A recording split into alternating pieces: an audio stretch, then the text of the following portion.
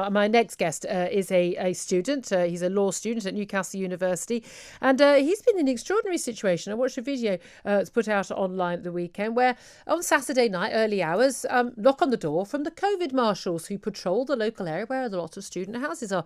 And that knock on the door was to say, we think you're having a party. They weren't having a party, just the people living in the house were living in the house, playing some music, not dancing, just simply doing what they're allowed to do in their own home, required under the lockdown.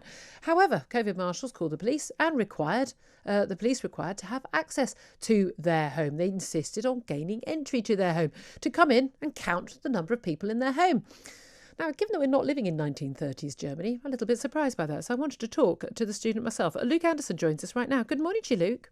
Good morning, Julia. Good morning. The video put out online, I found, I have to say, really very worrying. You stayed remarkably calm, seeming, to say, rather more sober than perhaps many of us are in the early hours of the morning. But you told me that this is basically the norm in your area. Lots of student houses in Newcastle, and it's the norm that you have COVID marshals patrolling the street, knocking on doors. Yeah, basically, this isn't the first time this has happened. It seems to be almost every weekend now. On Friday night, I think we had about 6 police officers at our door. I've been living with my girlfriend because I know how bad they are. And the police officer, if they come to our door, I normally open the window, so I don't open the door because they take that as an invitation for them to come in. So I normally talk to them through the window, and I said to the police officer, I said, why are you here? Is there any reason why you're here? And he said, you can either open the door or we're going to get more people down here and we'll make a bigger issue of it. So eventually we're kind of, that to me seems as if we had to open the door. We didn't really have a choice at that stage. Though essentially like forcing entry, like we didn't really know where it was going to end. So if we don't open the doors, there going to be half the Northumbria police down here. Like we didn't really know where it was going to end. Yeah. So the police. This is the early hours of Saturday morning. The police come into the home that you're legally living in. There's no one in the home who isn't allowed. I mean, you're in a lockdown. There's no one in the home that's not legally allowed to be there. Yeah, no, there's no one. There's no wild party. There's no rave. There's no sound that would suggest there is. They've just decided to come gain entry. Yeah, we'll just start having a few drinks. I mean, on a weekend, it's the only time when I can have some drinks now. This isn't the first time either. We've had them round at ours before. And last time, one of the police officers actually pushed my girlfriend. And we've made a complaint with the police, but so far there's been pretty much nothing that's happened. Okay. So this time I decided to send it into the Police and Crimes Commissioner, Kim McGuinness.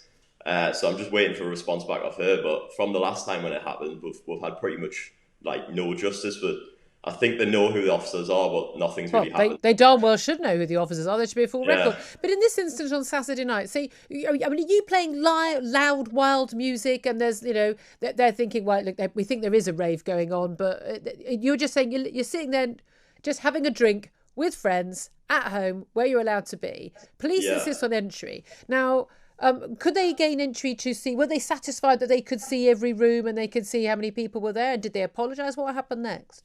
No, well, essentially when they came, I think it was the coronavirus marshals who called them because they walk up and down flashing lights in everybody's windows.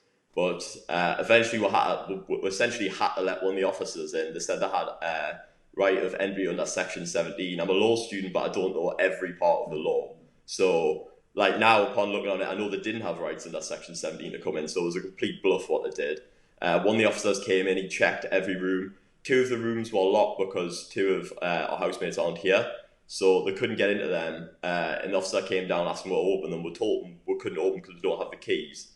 So he then kept asking what to open it for some reason, but we're told we couldn't open it. So I just said, you're more than welcome to kick the door in, mate, but there's nothing more we can do for you now. But they didn't apologise.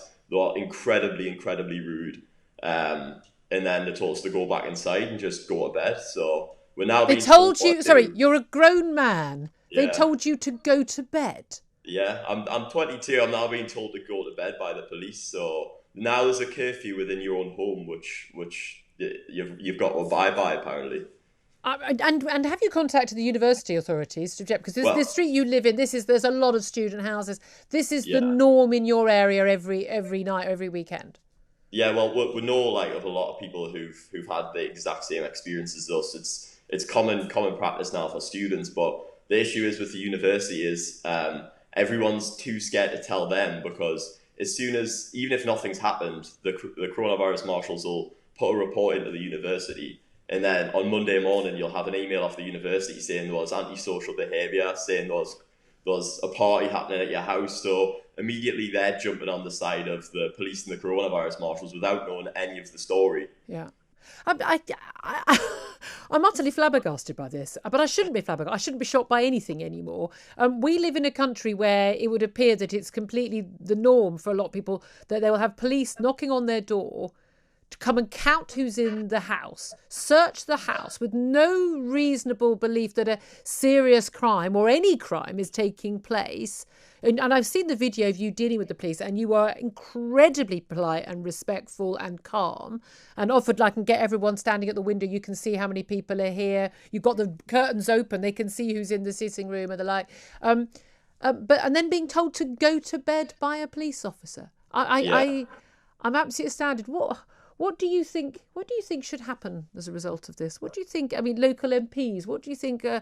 Parliament. What do you think police chiefs should do as a result of hearing this story?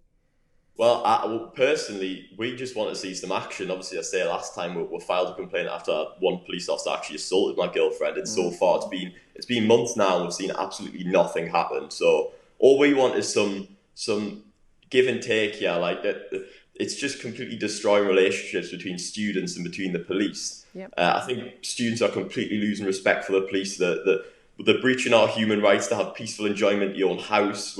Everybody's scared inside their own home. I was talking to my mother the other day, and I was saying that I don't feel comfortable in my own home. Yeah. Like I feel like any second they could come in and kick the door in and tell us to leave, or tell us to go to bed. Yeah, I mean, it's extraordinary. Well, I mean, go to bed now. I mean, if we're all allowed to tell students what to do. Luke Anderson, thank you very much for talking to us about that. I think you're very brave to speak out about it and very right to speak out about it. And we'll keep on top of that and keep in touch with you and find out what happens.